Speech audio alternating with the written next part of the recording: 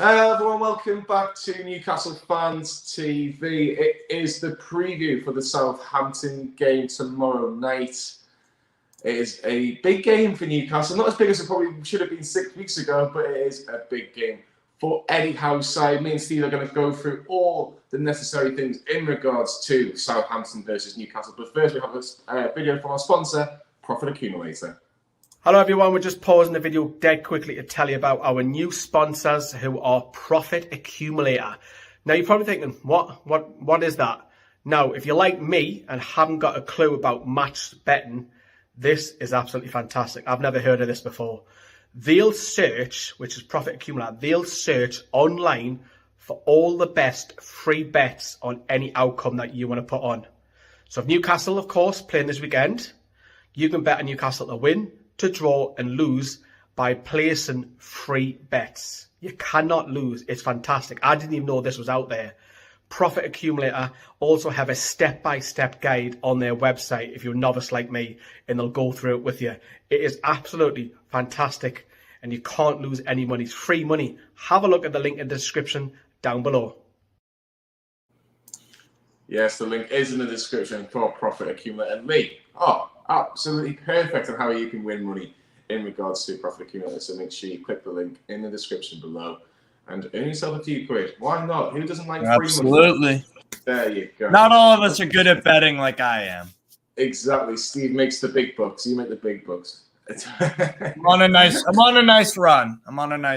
It'll end soon, but yeah, definitely. Morning. Steve, good morning to you. Morning. Southampton. Newcastle down on the south coast tomorrow night. They don't have the best record down at Southampton, but Newcastle are in a fantastic run of form. 5 wins from the last day, unbeaten in 2022. How difficult do you think this game will be for Eddie Howe's side? So the thing about Southampton is I kind of compare them to like an Everton. In fact, in terms of when they play at home, they look much stronger than when they go away from home. Case in point, they've drawn to Man City at home within the last month or two. But then this weekend, they went away to Villa, who are kind of hot and cold at the moment, per se. And they lost 4-0. And they do very well at home. If I look up some statistics, they've got the second longest home undefeated streak in the Premier League. They've been fantastic at home, and with Southampton, they've got to make their home a fortress. No one really likes to go right at the top of the north or right down the bottom of the south. It's a long journey, so they've got to take advantage of that, haven't they? Yeah, exactly, and that's the thing about Southampton. They do look much stronger at home compared to away. Not as bad as like an Everton per se, where it's like they'll win their home games, but then it's guaranteed Everton lose away from home. They've got one Premier League win on the road since August. So, yeah. But Southampton do have some, they're much better away from home. But at St. Mary's, that's where they play their best. So it's going to be a tough game. Regardless. Very difficult game. Yeah. But Eddie Howe has just done his press conference, Steve. You can get it up on your screen. Going forward, at Newcastle Fans TV, Sam and Lee do a great job on there, and they've got some of Eddie Howe's press conference pictures there. I can see a couple. I can see the celebration of John Joe Shelby after the win against Leeds. But Eddie Howe has said a few things. He says, we're looking for a performance and a result. They've done very well at home this season, what Steve has rightly mentioned about their home form. And that's for a reason. They play an intense game out of possession. They've got some really good patterns of movement in possession. We need to be at our best. Do you think, Steve, what Eddie Howe was just saying, that it might be very similar to the Brighton game on Saturday? Yeah, exactly. It seems very similar. I like the fact that, I hate comparing to Bruce, but I am going to, just because it is a strength of Eddie Howe's when he talks with the media compared to what Bruce has done. It's like, yeah, he's saying that, they play, that he's not necessarily big up in the opposition. But he's saying we're looking for a performance and a result. That's the key to all of this. Newcastle have only lost one of their last 9 games against Southampton at home and away altogether. So Newcastle don't have a bad record against Southampton in recent years. I suppose in the longer term, last 20, 30 years. My uncle's actually lived in Southampton for 35 years. I think he's only seen Newcastle win 3 or 4 times in 30-odd years. So it's not brilliant. It's not positive. Yeah. Have we got anything else, Steve, in terms of that press conference? Yes, we do. We do, actually. Let's see. We've got this quote, too. It's a strange one. He obviously felt the need and expressed it in a good way. John just sets very high standards, and I think he's been hard on himself. This is regarding the John Joe Shelby. He had the apology, I think he said something. He said something along the lines of I know we weren't at our best, and especially me, or something like that. But what do you make of that, Steve? I like it. And you know what? I like the fact that he, this wouldn't have happened 12 months ago with the owner and with the manager and all this sort of stuff. It seems like everyone is more invested in the club and results and on the pitch and training. It just seems like everyone's more invested. When you apologize, even after something goes well, I like it because it's he's setting those high standards, just he sets very high standards. I think he's been hard on himself. And also he has been in good form. And Brighton wasn't exactly his best performance per se.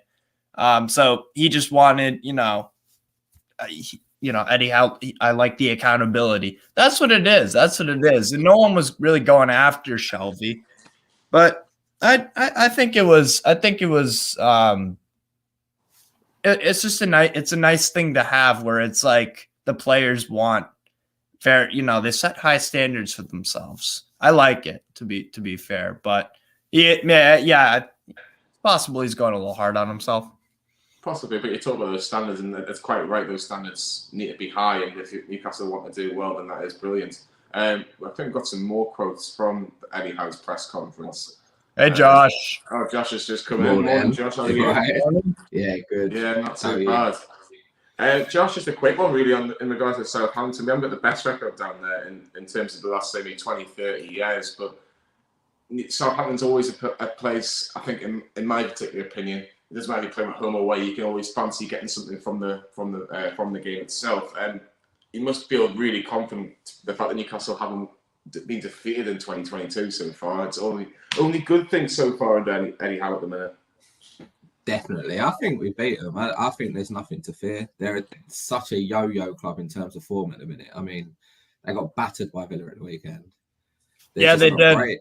They did. They're not a good team. The manager's, we're in his head already, and we haven't even had to do anything. Right. So right. I genuinely think we beat them. I'm not sure because you do have to. So I'm looking it up right now. Southampton, in terms of the home Premier League table, if it's just based off home games, 13 played, 5 wins, 7 draws. That is a bit much, but only 1 loss. And that's the same as Chelsea. And the only team better is Liverpool, who haven't lost at home. I feel like they haven't lost at home in the Prem for quite a while. But that says a lot. Only 1 loss.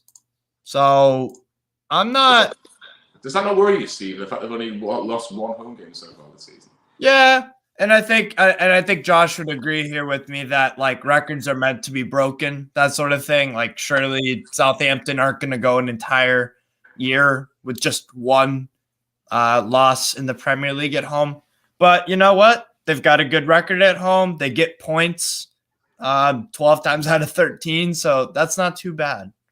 There's another Eddie Howe bit on the top of the Newcastle Fans TV Twitter page. Make sure you give that a follow. Yes. Liking all their posts. It says, what you don't want to do is pick the team because you've won the game, but tactically have a problem in the next game. You have to be careful not to go blindly into the next match. We've picked the same team, but we've adapted in games because the challenges are different. I think that last sentence is very crucial, Josh. We've had to pick the team, and we've adapted in the games when the challenges have become difficult. We've had different types of tests in 2022 in particular. Against the Leeds under Marcelo Bielsa, it was very much full throttle. where when you play at Brighton, it's a completely different brand of football, and we've managed to get wins in both games. Eddie Howe is doing his homework, and it is paying dividends, isn't it, Josh? Absolutely. The man knows exactly what he's doing. He had that little bedding in process at the start of his career with us. And now he just seems to have got everything from the players. He knows exactly who he's working with, what their strengths are, and how to put that team out now. And it's making such a difference. We are a good football team at the minute. Yeah. And it just feels painful to say that, because all the years where we've sat there, we are dreadful. And now you watch us and you see in game, you see us adapt and you see us change. And he's making the right subs at the right time. Everyone wants to see Bruno play. I want to see Bruno play. Whilst you're there, everyone's chanting for Bruno. But he won't bring Bruno on until he feels comfortable that game is in a position where we need him. And that's what you want from him. You don't want him to make snap decisions just because the fans are calling for it. You need him to be his own man and make the decisions that are best for the team. And that's what he's doing. And that's why we're unbeaten this year. Yeah, definitely. I think there will be changes, probably more for the Chelsea game than the Southampton game, Steve. But if your team's winning, you don't really want to change a winning team. So unfortunately for the likes of Bruno, maybe, I don't know, I was going to say, I was talking about Allan Saint-Maximin in the comments. Do Bruno and Allan Saint-Maximin start this game? As everybody's just left me. Wow. Oh no, there we go. We're back again. Anyway, but Steve, you don't want to change. We just needed a close up here. There. I know. I think people just I don't know, love the beard or something. But you don't want to change a winning team, do you, Steve? Yeah, exactly. It's just going to help the squad morale and the starting 11. It's all about trust. Whether that's, that's the big thing in life, really, and especially in football. It's like if you trust the manager and the manager trusts his players and the manager trusts the owners and the sporting it's all about trust and ability and stuff like that. And you're picking the best team, and the best team is won 5 out of 8, and the other 2 were 3 were draws. So yeah, you don't change that. I guess there is a debate to be had about like, okay, should we go strong for the Southampton game because that's more likely than going away to Chelsea and getting a win? I still haven't really made up my mind yet of what I would want to do. But you just got to focus on the next game, haven't you? Yeah, exactly. And just make sure you win the next game. Then if you need to make changes, I think Chelsea's probably the one game you go, look, it's going to be tough. Chelsea, European champions. Those maybe that might be the game you can put. I think Bruno should start the Chelsea game. I think that's something I would do. But like you said, we'll focus. We'll just and I think that's what Eddie Howe's doing too. He's like just taking this game by game, man. Yeah, definitely. Josh, would you start Bruno on Thursday? I wouldn't start on Thursday. I think he'll start against Chelsea, and then I don't think he'll have the team again. I think that'll be his starting point. I think he'll be in from Chelsea, and that'll be it for the rest of the season. Wow, that would be very, very interesting. But who do you drop out of those 3 for the long term, Josh? Because Joe Willock, John Joe Shelby, Joe Linton are all in good form. Even on Saturday, they all had their own little sparks. It wasn't the best performance by Newcastle, but they won the game. Who do you drop permanently out of those 3? Well, yeah, no, that's the only problem, isn't it? Is all 3 of them have been superb in their own way. John Joe Shelby looks like John Joe Shelby that we signed however many years ago. Joe Linton is obviously the new Patrick Vieira. And Joe Willock's coming back into himself. So it's a difficult decision, but you don't make marquee signings from to sit on the bench. Exactly. If you're going to drop one, it's going to be Shelby, isn't it? Like, if you're going to have to make that call, it's Shelby. Or do you find a way of getting Shelby and Bruno in the team and maybe dropping someone else? But then who do you drop? And it's a nice dilemma to have. We've never really been in this, have we, for a few years? To have the dilemma of, well, who do we drop for this world-class player? I know, it's just mental just saying that, isn't it? When the last ball's hit this season, there isn't time to relax. No matter how many points we get, there is a healthy pressure on us from me and everyone connected with the team to get points and get them quickly. Steve, Newcastle. That's a wonderful quote. That's sorry to interrupt, but I just want to say that's a wonderful quote. Yeah, really. This means a bunch of things. There's accountability, high standards. Yep. Yep, we've seen that in the performances, and there's no time to rest, no time to rest on your laurels. We're not safe until mathematic, and even when we are safe, let's push. Let's keep winning games because winning breeds confidence. The culture that you set, a winning culture, you win games, or you don't lose them, or at least bare minimum get a clean sheet. And that's what I'm hoping from I'm hoping that from the Chelsea game, like a clean sheet would be awesome. A clean sheet would definitely be awesome. That's my goal for the Chelsea game as a fan. But as as a manager and players, they're focused on winning out. As realistic as that might or might not be, that's what Eddie Howe's instilling in these guys. And again, this is such a nice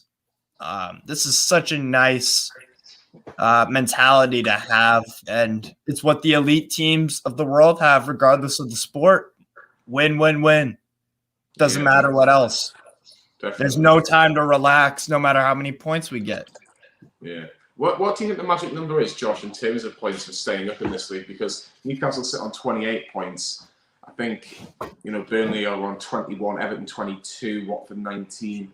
I'm almost kind of counting Norwich out a little bit. I think they're almost down. What do you think the magic number is? Do you think it's somewhere around about maybe the 35 mark, or do you think it's a bit higher? Yeah, I'd say 35. I think 35 normally is the magic number, isn't it? I think once you achieve that, you're pretty much safe. Absolutely. We'll pull up the table just to look and see. I think if we can get if we're 5 points behind Brighton, Villa, Palace, Leicester, and Palace, Villa, Leicester, and Brighton. I think if we can get to 33, I think 33 will be enough. I don't see Everton getting any away points, so I think their maximum is about 30. I would say Burnley. They could get up. Burnley are a funny one because Sean Dyche's side. I always say this every single year. I always go halfway of the season. Burnley are in the bottom three. They're in a bit of poor form, and I'll go, this is the year Burnley go down, and then they'll win 2 games like they did last week, and then you're like, why do I even bother saying it? Burnley will not go down. So I think the biggest one I'm worried about, if I was an Everton fan, it's Everton. There's possibility that they could be docking Premier League points, and I don't know if you've seen the report this morning, Josh. Possible docking of Premier League points due to just like what happened with Derby County, essentially. Yeah, I believe they've got a meeting this week or next week to discuss it. Something like £260 million or something. I read it very, like a 22-point dock. I'd love to see him go down. That's the thing. I mean, that would be them down and out if it was 20. I don't even think they could afford to lose 5. Because seriously, honest to God, if you look at their away record, they don't win games away from Goodison. They just don't. The problem they've got is they think they're too good to go down, like we did the first time. They think they're too good to go down. I think I 100% think, and that, you know what? That's the difference in mentality. If you look at, and I was just gonna say about Burnley, those guys are mentality monsters. They've been in this relegation battle before, and I think in previous seasons, like before they've been in the Prem for about 5 straight years now, 4 or 5. Before that, weren't they sort of a Norwich, where it's like they go up and they go down, right? Yeah. So, what do you think, Josh, in regards to looking at like Leeds are on a bit of a, I think obviously got a new manager from the States who only had 1 game. Brentford got that big win. It just looks now that there are 3 teams now that are worse than Newcastle. I think comfortably now, where you couldn't say that maybe after the Watford game, could you, Josh? Oh no, definitely. The 5 below us are the 5 that are comfortably worse than us. I still think we'll finish higher up the table, to be honest. I think we could. I mean, that was technically a 6-pointer against Brighton, if you want to look at it like that. I still think we'll catch a couple of those. I think we'll at least finish above Brighton because they are very poor at home. I think we'll finish above Villa. I think we'll finish above Palace as well. Leicester. I love this positivity. This is amazing. Fucking hell, this is crazy. It really is. Really is. I like looking at the games ahead. All right, yeah, we've got Chelsea, we've got Tottenham, we've got Liverpool, we've got Arsenal, but there's also games that we're very, very capable of winning. Yeah. Going back onto Southampton. Sorry, Josh. No, go on. I'll say it's just no reason why we can't look at teams like Tottenham. I think we can beat you. Yeah. Or at least pick up a point there. Yeah, going back to Southampton though, James Ward-Prowse, Steve, he has the best set piece delivery in the league, in my opinion. We can't be giving away silly free kicks on Thursday night, because if we do, we could be punished. And he's got a fantastic record. I think has he scored something like 7 free kicks this season, something ridiculous like that. Yeah, if that's the case, we can't be giving him anything around You can't be giving anything around that 20 to 30 yard mark, because he will put in the net 9 times out of 10, in my opinion. Yeah, exactly. He's got 12 free kick goals all time, behind only I think that equals Zola and Thierry Henry, and then David Beckham's on 18. Wow. So he's been absolutely on fire, and you gotta look out for that, exactly like your point. And it's not just the goal scoring; it's that he'll set up, a header or a deflection or something like that. So yeah, balls into the box. But you know what? To counter that, we've got Dan Burn, and Shar, who have been magnificent for these past 8 games. I mean, Dan Burn for 13 million. He honest to God, I was talking about the fan reaction show on Saturday. You can make a real good case that Dan Burn deserves an England call up, at least a call up, because he's one of the in-form English center backs right now. That's not a debate. What England are playing, is he? Look at their £80 million captain.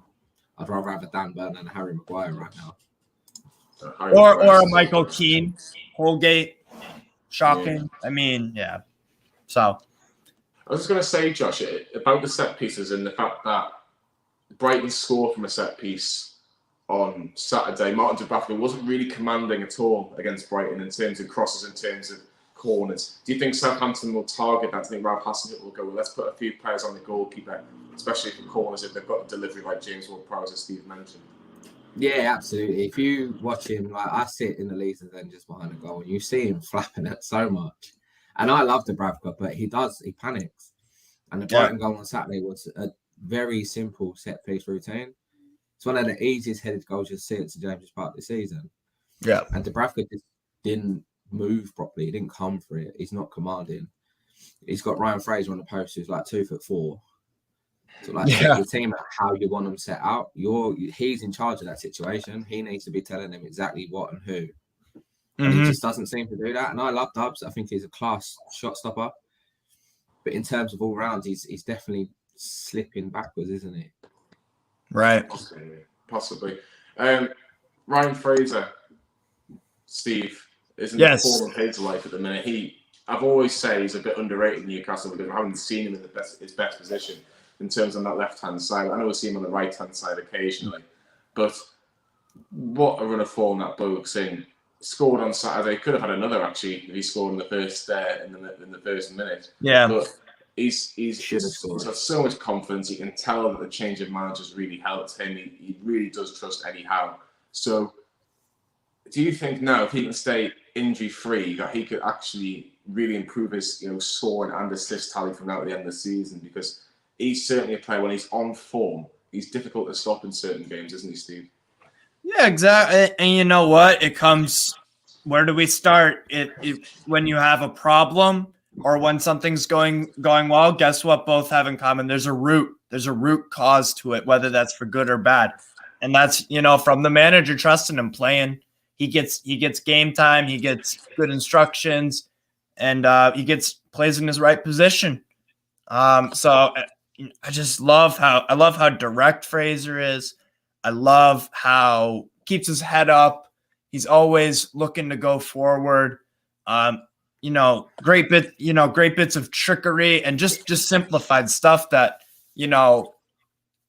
it's nice to have an attack where it's like both wingers offer something a bit different. If you need a bit of trickery and a bit of like just sheer skill when he's on his day, that's Allan Saint-Maximin. But then if you need someone direct that's just going to get the ball in, whip it, and things will happen, that's Fraser. And so that's something I'm really liking. There's a lot to like about Newcastle nowadays, but that especially has been why we've been in such good form, because we have, guys that'll just step up and deliver. So, Allan Saint-Maximin, does he start for you, Josh? Does he replace Jacob Murphy? A lot of fans are asking for that, aren't they? Absolutely. I love Jacob Murphy, but he can't finish. To be fair, that the chip was unlucky. Yeah, but he's always unlucky. That's the problem. He's a great grafter, but he hasn't got that end product, and it's so unfortunate because he's such a nice kid. But yeah, no, I'd probably chuck Maxi in for Southampton and maybe rotate back for Chelsea. Yeah, be interested to see about because the Chelsea game Maxi will just get frustrated in, and you don't want to see that from him. You'd rather give him that rest and let him come back. Sub off the bench in the 60th minute if something, Like I said, with the Chelsea game, I'd love for us to keep a clean sheet, but it's hit or miss with Chelsea. But it's a free hit, isn't it? The Chelsea game. It's a free, exactly. So if we get anything, happy days. We're not in that pressure now where we need a result at Chelsea. Right. We can go there and we can just try things, and if it works, great. If it doesn't work, then you've lost to the world champions. It's not the end of the world. Exactly. Yeah, just looking at Newcastle versus Southampton in the last few games. No, the all-time, not just the past few games, all of them. Yeah. So 38 plus 24, that's 62. So Newcastle have won 38 and lost 41. Or that Southampton have won 38 and Newcastle have lost 41. No, it's close anyway. Yeah. It's very close. But like I say, Chris Wood's another man I want to talk about briefly. Steve, he hasn't scored for Newcastle yet. He didn't really have many chances on the weekend. He put through Jacob Murphy, who obviously hit the post because that's what he always does. He hits the post. And Fraser put it away. But Chris Wood needs a goal. And the longer it goes, people are going to be asking the question. Now, do you think that he will have chances against Southampton on Thursday? Because if he doesn't score the next 3 games, I think there's a bit of an issue there. I think there's a bit of a problem because I know he does help the team out and we need the striker, but you need your striker scoring goals.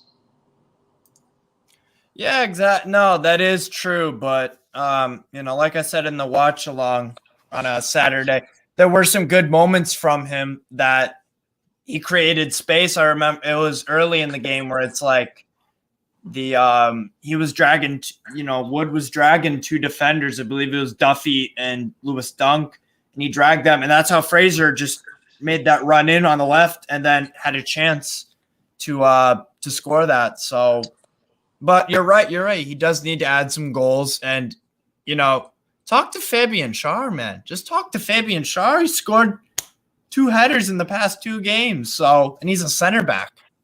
So maybe should it, isn't he? Yeah. That's the thing. They're drawing towards Wood because I know what danger man he is. So Schär's getting that space. Yeah, it is about goals. He needs a goal. He needs it for himself. But he's bringing a lot to the team. You think we're unbeaten with him in the team. We haven't lost a game with Chris Wood in the team. Yeah, he's creating space. He's creating chances. And let's be honest. There was a point on Saturday where he got smashed and the referee won't play on.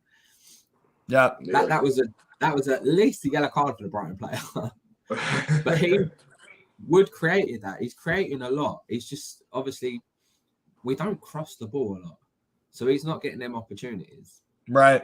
Maybe it's something he needs to adapt where he needs to drop deep and have a dig from distance, or he needs to tell the wingers, get the ball in the box. Put it there and I'll win it. He won a lot against Brentford. He should have scored against Brentford. But he won a lot. And it was promising. It's a promising sign to see him fighting for the team. Yes, he needs a goal, but we're still scoring. We're still winning. We're still creating. Exactly. So I don't think he'll get a goal in the next few games, personally, but I hope he does because he seems like a character that will thrive on a goal. Yeah, I think he just needs that Geordie roar when that goal goes in. It'll be like, oh my god, I need to get used to this. But I think you've got the Newcastle version, haven't you, Steve? So Yeah, I do. Yeah, I Newcastle, googled Southampton versus Newcastle head to head all time, so it showed in the Southampton perspective. But yeah, so versus Southampton all time, we've got 41 wins, 24 draws, and 38 losses. So a little bit over 500 in terms of wins losses. I don't want 1898. We'll toggle that to the most recent. No, it's a good game, that though, you know. I remember that one well. I thought you might have been there, Joe. But yeah, so the last time I remember this game, it was the 2-2, August 2021. That was at home. So the last time we went away to Southampton, 2-0 loss. But then poor game. That was. And then March 7th, a 1-0 win. That was no spectators, I believe. So I kind of, whenever it's the no crowd, I don't really take that into, like, oh, you're a good away team when there's no fans in attendance. Woo. No, I think that was the one. I think that was Newcastle's last game before COVID. Yeah, it was. You're right. You're right. Yeah, it was like a long time ago now. But yeah, 2 years ago. But yeah, I think we're going to try and get some predictions here before we wrap things up. Steve, I'll start with you. Can Newcastle's unbeaten run continue? Yeah, I think it can. So I mean, if there's two ways to look at it, you can, are you looking at it from a glass half full perspective in terms of how Southampton's home form? There's a way you can word things. You could. They have one loss all season. Obviously, there's no way you can make that look good or bad. But they do have 7 draws and only 5 wins at home. So you can either frame it as, okay, 12 out of 13, they've gotten points. But in 8 of their 12 games, by the same, or 8 out of their 13, they've dropped points. So there's ways you can frame it. I think best case scenario, we could get a win, yes. But I think I'll go for a 1-1. I'll go for a 1-1. I'll give Southampton their due respect as they are a good home side. So I think Broha can give us trouble. Romain Perrault, who I watched at Stade Brest last year, great left back. They've got some good players. Mohamed Salisu, good center back. So I think 1-1. Josh, what about you? I'm giving them no respect. We beat them 2-0. That's true. I hope you're right. They've got good players. But our form is everything, and we're coming off the back of another win. They just got smacked around 4-0. Yeah, they'll have a point to prove. But as I said, we're already in their heads. He's already fuming that we got new players. Right. He's fuming that the game got postponed. We beat them. Yeah, I'm going 2-1. Chris Wood winner. Knee slides towards right off Hassan, and then he does the Ali Bayor kind of celebration with their hands to the ears, and Newcastle get all 3 points. But it's going to be an interesting game. I think it'll be a really, really close game. But I think Newcastle can win. They can win, and hopefully they do. That'll be 9 games unbeaten before they travel to Stamford Bridge on Sunday.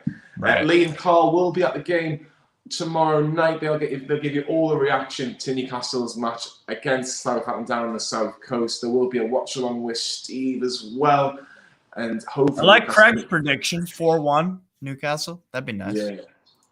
Yeah, definitely. Hopefully before that'd be fantastic. We've got the watch on as well. Make sure you get onto that as well if you want to join in with the comments. By all means, Steve will get all the comments on there, and then it's Chelsea in a few days' time as well. Lee and Harry, and I think Paul's even there as well. There'll be 3 of us at Stamford Bridge. Also be a watch along as well. My thanks to Steve. My thanks to Josh. Hoping Newcastle can get 3 more points because you know what? Who doesn't like winning in 2022? We'll see you all very soon. See you guys. Take care.